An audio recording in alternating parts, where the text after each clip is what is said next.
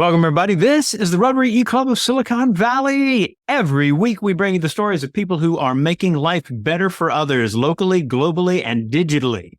And along those lines, our goal as Rotarians is to highlight innovative service. We think that's a really cool thing, especially for a club that is based in a place where ideas are the coin of the realm.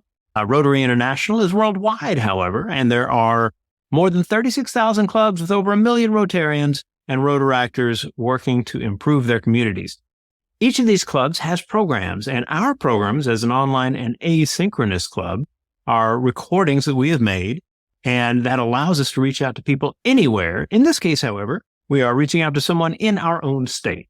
So I will let you know that if you want to get deep into the explanation that is in the bio and all of that, on our YouTube page, pause and scroll down. On our Rotary, Silicon Valley Rotary.com page, pause and scroll up.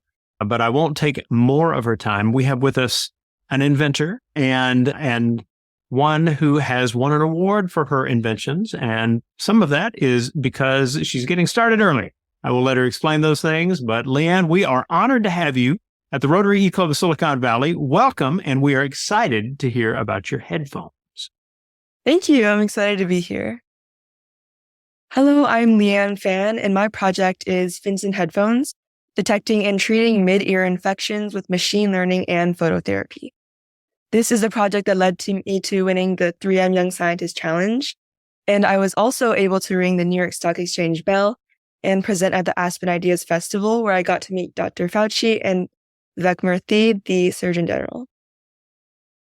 By 2050, 1 in 4 people will have hearing loss to some extent due to a mid-ear infection.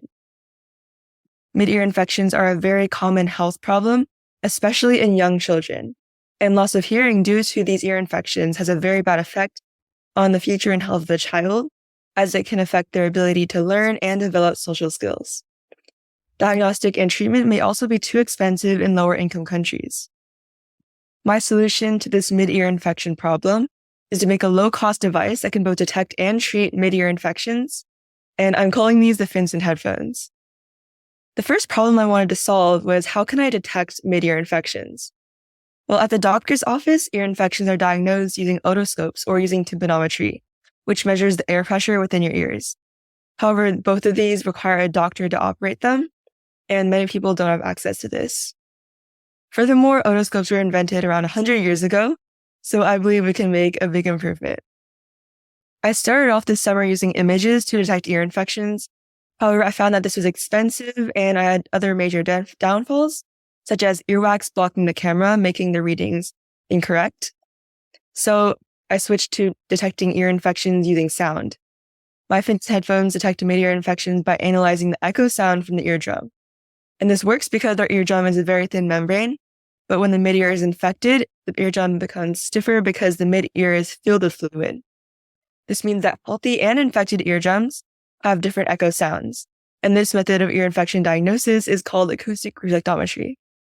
And because I don't have access to hundreds of patients to train my acoustic reflectometry machine learning model on, I have built an ear model that I could use to train the AI model, proving that in theory, a similar AI model could also be trained using human ear canals.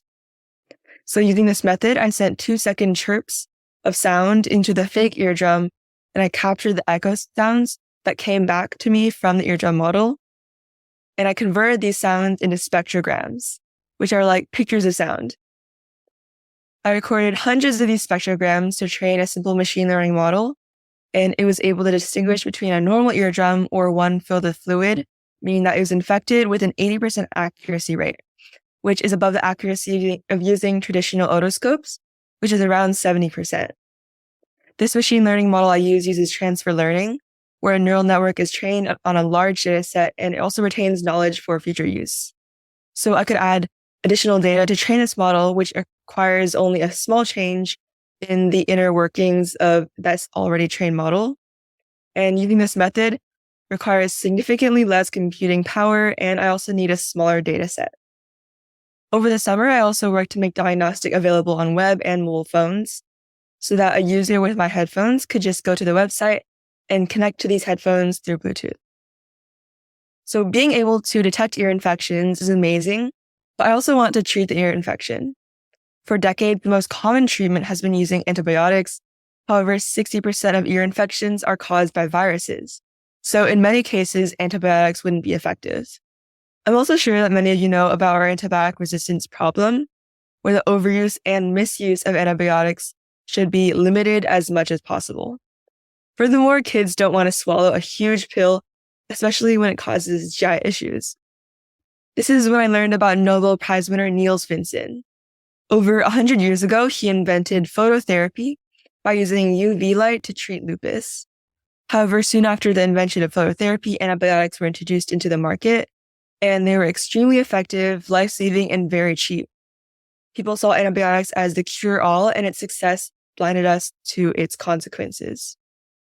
Alexander Fleming, the inventor of penicillin himself, even warned us of these consequences of overusing and misusing antibiotics. And nowadays, new antibiotics that work against drug-resistant bacteria are even more scarce. So I want to bring attention to Finsen's century-old invention of using light to kill bacteria. And instead of this table-sized machine that he used called his Finsen lamp, I'm using a small blue LED that is 4 or 5 nanometers to treat the ear infection. And I'm using a very small LED light integrated into the headphones to kill bacteria on the eardrum. Blue light is near the UV region, and it still has a phototoxic effect to bacteria, but it isn't harmful to mammalian cells, so it won't have any harmful side effects that antibiotics might have. It's also incredibly effective in killing bacteria and can prevent biofilm growth, and it's equally as effective on drug-sensitive and resistant bacterial strains. To prove that my 4 or 5 nanometer LED could actually kill bacteria, I carried out many antibacterial tests on E. coli K12, Bacillus, and Lactococcus lactis. This bacteria died within 60 minutes of exposure to 4 or 5 nanometer light, and it would kill bacteria starting at 45 minutes and most effectively at 75 minutes. This is my first prototype of my Finsen headphones. They used images to detect ear infections, which I found wasn't the best solution. So I worked very hard with my mentor from 3M to improve the Finsen headphones. I removed the expensive machine learning applications that are on the headphones. And then I also moved the machine learning analysis to the cloud, which saved me over $200. I also added 3M reflective film to increase the effectiveness of the blue light treatment and reduce the light loss. Of course, I replaced the headphones with a noise blocking headphones.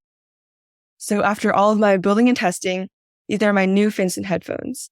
They can diagnose mid-ear infection with sound, and they also have built-in blue light therapy to treat infection. The noise protection from the 3M headphones also makes diagnosis more accurate because it blocks out a large percentage of the background noise that may make the machine learn less accurate. And these headphones are also very affordable at around $70, compared to up to hundreds of dollars for a trip to the doctors and a round of antibiotics. These headphones can be placed at libraries or schools and can be reused, and disinfected between uses. 60% of hearing loss in kids can be prevented through early detection and treatment of mid-ear infections. And I believe that my Finsen headphones are an excellent solution. Thank you.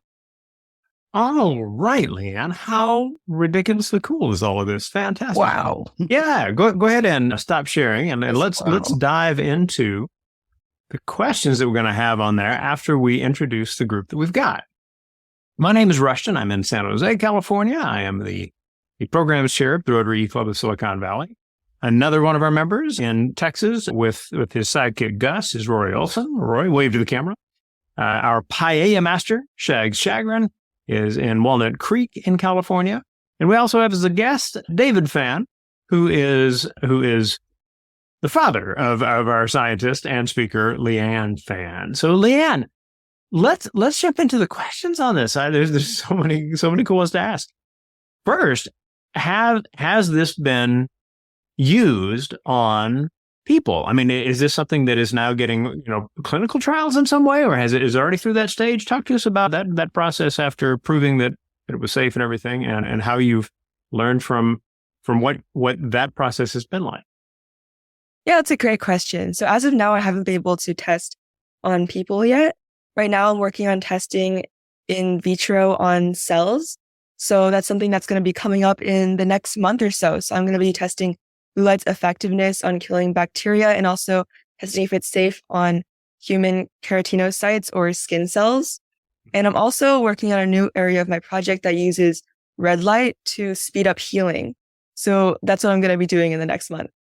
Wow. Very, very cool. Now, and in terms of getting that kind of development, one of the things that we hear when we listen to news, about the development of therapies is, that there are these regulatory kind of processes. And is this something you've learned a lot about as a part of working with the headphones? I mean, are you essentially in a process as dictated by medical regulations? Mm-hmm. The great question. So right now, I would still like to improve my Finsen headphones and make a third version before I go into those processes.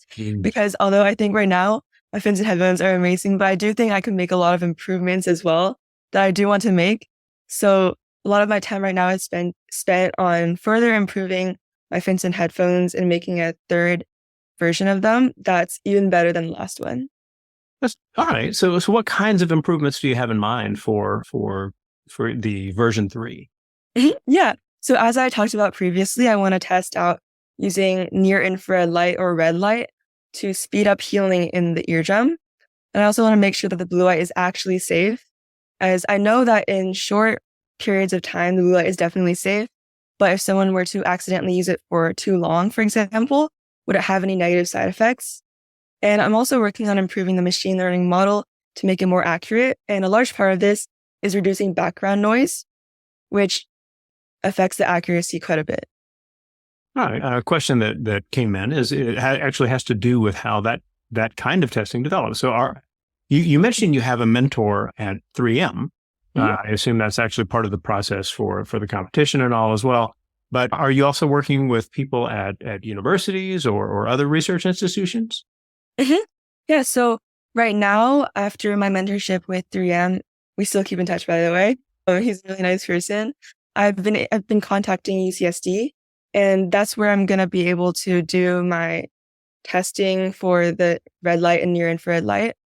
I'm trying to find, I recently found a lab where I'm able to test on skin cells. So my next step is very exciting. That is cool. All right. So thinking about that connection to universities, how has, you're young, you think about, what people your age think about when they apply to college. But if you are already working with people at universities, related to your research, how does that change the process of thinking about college and applying to college, if I may ask? Are you? I don't know what grade you're in at the moment.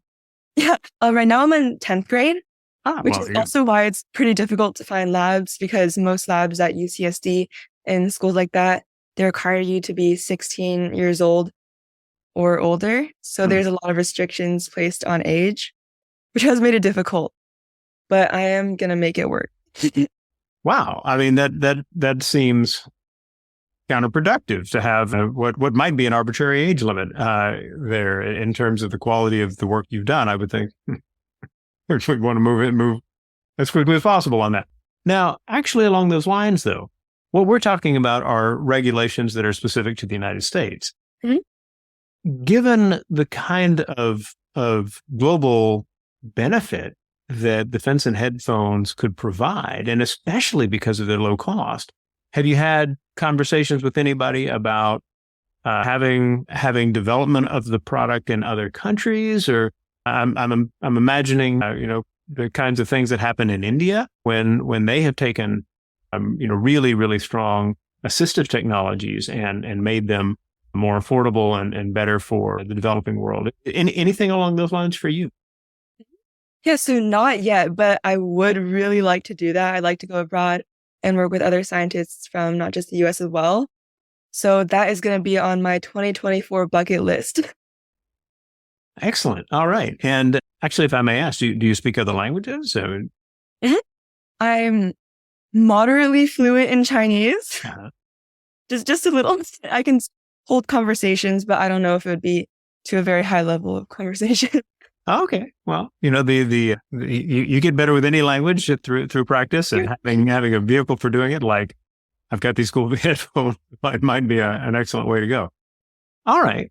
So let's talk about. Let's get back to the headphones themselves, and you talk about detection and you talk about treatment. Mhm. And so, I mean, it's interesting that you are essentially looking at developing a technology that would replace a technology that is as old as it is. The otoscopes, I think you said, were developed in the 19th century. Mhm. And there's been no other attempt along the way that you know of to build a better detection device? Yeah, so there are definitely other types of ways of detecting mid-ear infections. One of them I touched on is called tympanometry, where you measure the air pressure within your ear, because when fluid builds up in your ear, the air pressure in there changes. But these machines are extremely expensive, and they also require a doctor to operate them. So not everyone may have access to these kinds of technologies, which is why I wanted to create a method of diagnosis that didn't require a doctor and was also more available than these super expensive machines. All right. And I better understand that part of your presentation now that you described it that way. Cool. So, okay. In thinking about the important use of data that you bring up multiple times, you talk about how the otoscope is about 70% accurate under some set of conditions for identifying these kinds of infections, and that what you've done so far seems to suggest that you're at about 80%. Mhm. Is that something that you had to build to with your accuracy? I mean, like, were there stops and starts? I mean, particular kinds of scientific challenges you had to overcome in order to get it to where it had that kind of advantage? Yeah, definitely. So with the acoustic reflectometry, it uses sound to detect the ear infection, Mhm. which means that any change in the shape of the kind of funnel that I use to funnel the sound into your ear would have an effect on the accuracy of the detection, Hmm. which is why I switched from using a paper funnel, which is more disposable, and I ended up using a plastic funnel so I could negate any of these different changes. All right. So my guess is that you've had some you've had some strong scientific instruction along the way. Were there particular moments in your learning that inspired you to think about doing your own research? And the reason I ask that, in part because I'm an educator myself, Mhm. there's always kind of that question for us of, all right, we want students to be able to master concepts, learn them, kind of manipulate formulas effectively, whatever it may be. And the hope is always that we can inspire people to think about possibilities and essentially see a kind of self-direction in one's learning, which you did. Was there something in your educational experience that led you to feel like, I want to explore this as opposed to simply doing well in a science class? Yeah, so that's actually a really interesting question. Right now, last year I was able to take AP chemistry, and that made me really think about going into the field of chemistry because I did enjoy it a lot. And then this year I'm taking AP biology, which I find less interesting. So I think it's the course itself that made it different for me, along with the things that are being taught. I like something that's more direct, and it's like, I don't want to learn about all of the different things. I want to like focus into one, which is why I think that my research really helped reignite my passion in biology because I really enjoy just diving deep into one subject rather than focusing on a wide range of subjects, which is, yeah, why I do think I still want to go to a biology field. Excellent. All right. Well, in thinking along those lines, do you also have do you have like a club that you're a part of, or a group of friends that also encourage you for how you think about what you're doing? Like what are kind of effectively the interpersonal dynamics that allow you to want to do this kind of work, to be excited about this kind of work, to a certain kind of encouragement from others? Talk about that. Mhm. So currently I'm part of the San Diego Student Leadership Board for the GSDSEF, which is the Greater San Diego Science and Engineering Fair. And the SLB, we pretty much organize the fair and help out with volunteering and stuff like that. Mhm. And we make a bunch of videos that can help potential students who are interested in science. And I think just being part of that community where everyone is extremely passionate about science is really exciting. So for example, we had a pizza dinner the other day and we were able to meet in person, and I was able to learn a lot, and like even just simple conversation turned into these really interesting topics and nuanced topics they were talking about in the field of science.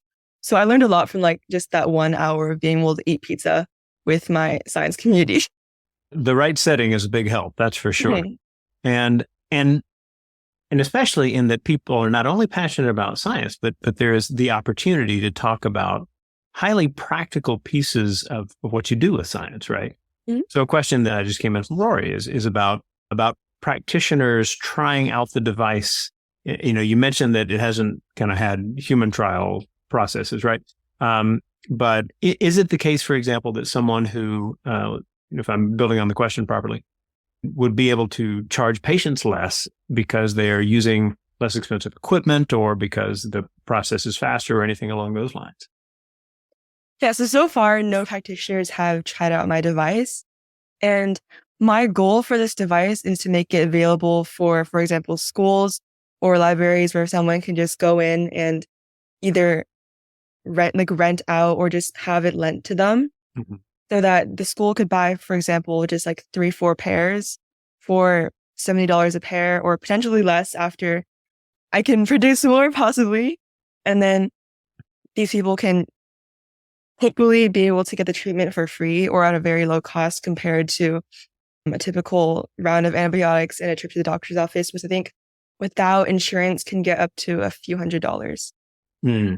Well, economies of scale are certainly going to be a friend on this for sure. So, in thinking about $70, does that represent the cost of production of a piece based on the processes you've used so far, or is that what you imagine to be ultimately a good price point for a producer of the device if distributing them commercially? The $70 is the money that I spent to collect the materials to build the headphones. And this isn't the manufacturing cost. So I believe that the cost of, well, the raw cost of the materials would be a lot less than what I paid for. So I think that would be able to bring down the price a lot. All right. All right. Good. Well, to the team that we've got, if you have further questions, feel free to toss them in. But I'll finish with this question. Leanne, as you think about the kind of joy and excitement that comes from getting to do real research, I mean, this is not simply intellectually fascinating, but can be meaningfully beneficial to many people in many, many places. What in your experience would you share that you think might help other young people decide to pursue research possibilities? So, I think that there are lots and lots of people your age who've got great ideas, but maybe they don't act on them because they think, oh, well, people think that's a bad idea, or they'll laugh at me, or they're not really listening, or whatever it may be. And for you, I mean, I assume part of that is the encouragement of your parents present, right? And then also just that sense of like, maybe there are certain ways of looking at it that can allow someone who has a good idea to say, I'm going to try this out. So I think my advice would be to find your science community and find a community of people that are passionate about the same things you are. And even if that community isn't available to you, for example, in school, or you can't find it near you, I think online has a lot of different amazing resources that can really guide your scientific journey. I know there's some websites where you can ask professionals scientific questions of any topic. And you can also go online and find forums of people who are very passionate with science and can also help you out. And I would say that don't be afraid to start, because there's definitely going to be a lot of ups and downs. For me, it was a very bumpy road, but I was eventually able to get there anyways. So even now I'm still experiencing those ups and downs, but I know that I'm going to get through it. So I think that was really encouraging for me. I think that is probably a fantastic thought to end on. I'll add just the minor details to our viewers that you can share with us that you joined us in watching this recording on our page if you're on SiliconValleyRotary.com and on this meeting page. Then scroll down a little and click the attendance little chart there, and you'll be able to put in your name and in your email address if you'd like. That'll generate a note that you can pass along to your club secretary for making up a miss if that's something that you and your club do. Also, a little farther down our page, you'll find the forum Discuss, DISQUS. It's where members of our about 50-person strong online and asynchronous and global membership shares ideas on the things that we gather for our meetings. And so you are perfectly welcome to talk about what you learned in this presentation or any other element of the meeting. Finally, I would say that when we think about these kinds of programs and the opportunity to be inspired by the ideas pursued by young people and those with creative insights, we hope that you will watch more of the programs that we are delighted to share. And you can always find more by going to rotary.cool, which will get you to our site, and clicking on the meetings tab to see our archives of meetings and the associated programs. Leanne, we always like to ask our speakers to provide a final word before they finish. So if there is a general thought you'd like to share that you'd like for people to have in mind as they're stepping away from the video, you are welcome to share it. For me, I think that if anyone around you is interested in pursuing science, or if you are interested in pursuing science, then definitely a word of encouragement or finding support from someone else can really go a long way. Just a few words can really make a difference. All right. Well said. And everyone, we will see you next week.